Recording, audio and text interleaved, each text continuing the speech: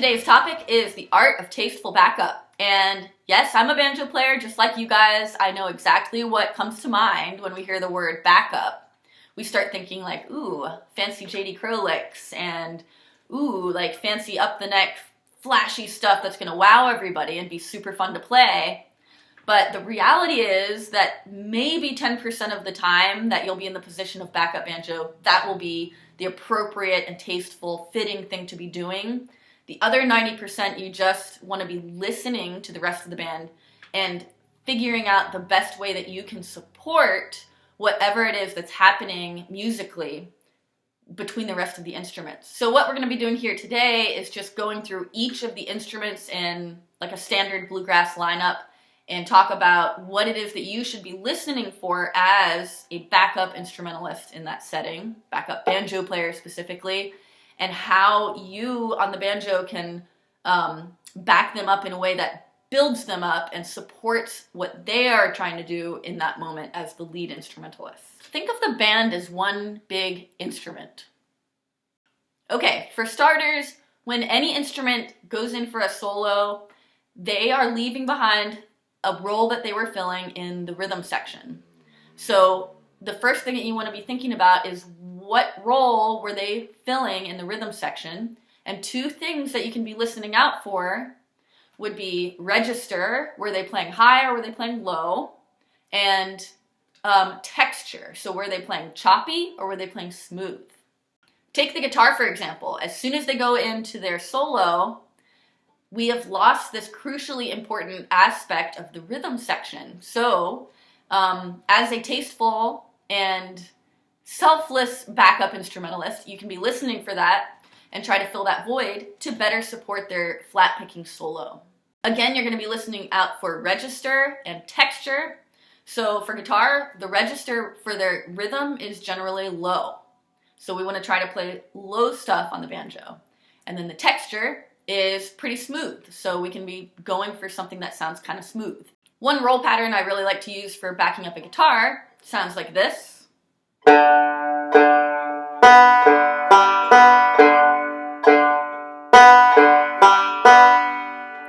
So as you can see, that's an inside roll. It's not using the fifth or the first string, which helps keep the register low. So, sticking to as low as possible as we can on the banjo.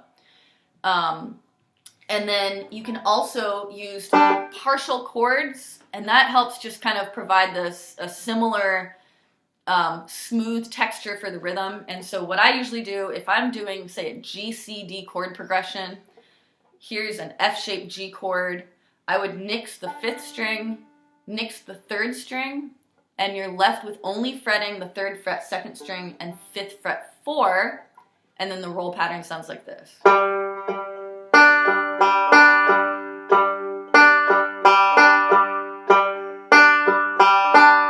that helps fill in the guitar rhythm.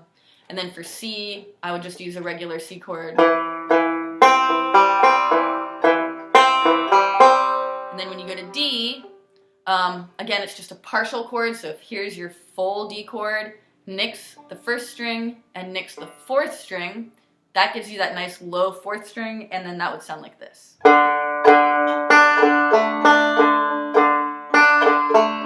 So I'll do that kind of up to speed so you can hear how that somewhat, as best as we can on the banjo, emulates the guitar rhythm, and that sounds like this.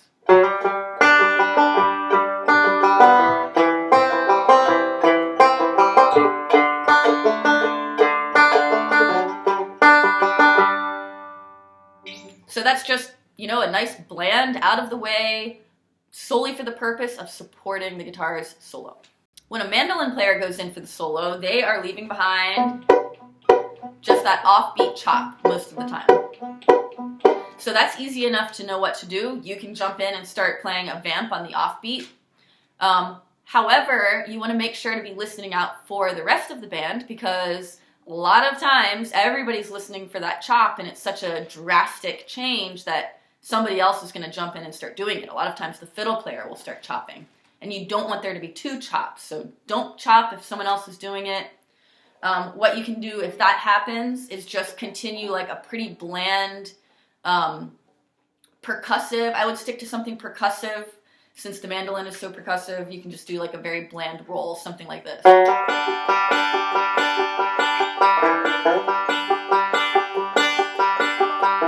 Or really whatever roll it is that you're most comfortable with. I just wouldn't throw in a bunch of licks or anything like that. When the fiddle player goes in for a solo, well, that's pretty fun for a banjo for a couple of reasons. First being that their backup duties in the rhythm section are minimal. So there's not this big void the way there is, with guitar and mandolin. So there's nothing really that we have to fill. And then the other thing is that the fiddle naturally has a smooth texture. So the banjo naturally has a very percussive and punctuating texture. And what that means is we just get to be ourselves and be banjo players and do what we do best. So when a fiddle player takes a solo, you can feel free to do a little bit more busy rolls.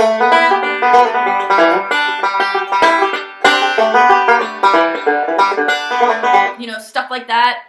Feel free to put in a few fills, especially like at the end of a phrase. If the fiddle player plays a phrase and then there's tends to be a blank spot there, that's a perfect place to put in a fill. You still can be listening out for register. So if they're playing low stuff, you can move up the neck and do some higher stuff. Playing high, you can move down and do some lower stuff, and that helps kind of balance everything out. And then lastly, of course, there's the vocalist, which happens to be very similar to a fiddle. So those same kind of principles apply. They have a smooth texture. They're not leaving a big void in the rhythm section. And the register tends to be similar to the fiddle. Of course, that said, listen up for the register, and you can play accordingly. But because it's similar to the fiddle in texture and register, that leaves a lot of room for the banjo to just be a banjo player. You can do some busier rolls and fills.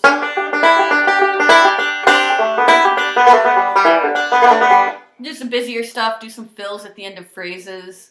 One thing that can be really nice behind a vocalist is when they, say switch to the chorus, you can go up the neck, and then when they go to verse, go back down the neck. That gives it kind of a nice dynamic. I would say the most important thing to remember when you're backing up the vocalist is that you are not the only one in the band who wants to be playing cool backup licks and things. So everybody's got to take turns. You've got to make sure to be looking around the room at your bandmates and getting a gauge on who's going to jump in and take the fills on whatever verse or whatever part of the song. So if somebody else jumps in and does fills, back off, let them have their turn, and then make sure to blast in the next one so that you get your turn too.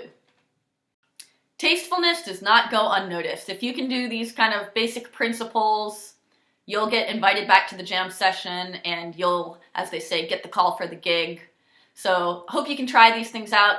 Apply them however it works in your playing, whatever level you're at. These ideas all work one way or the other. So good luck with that, and I'll see y'all next time. Buried with the donkey turn.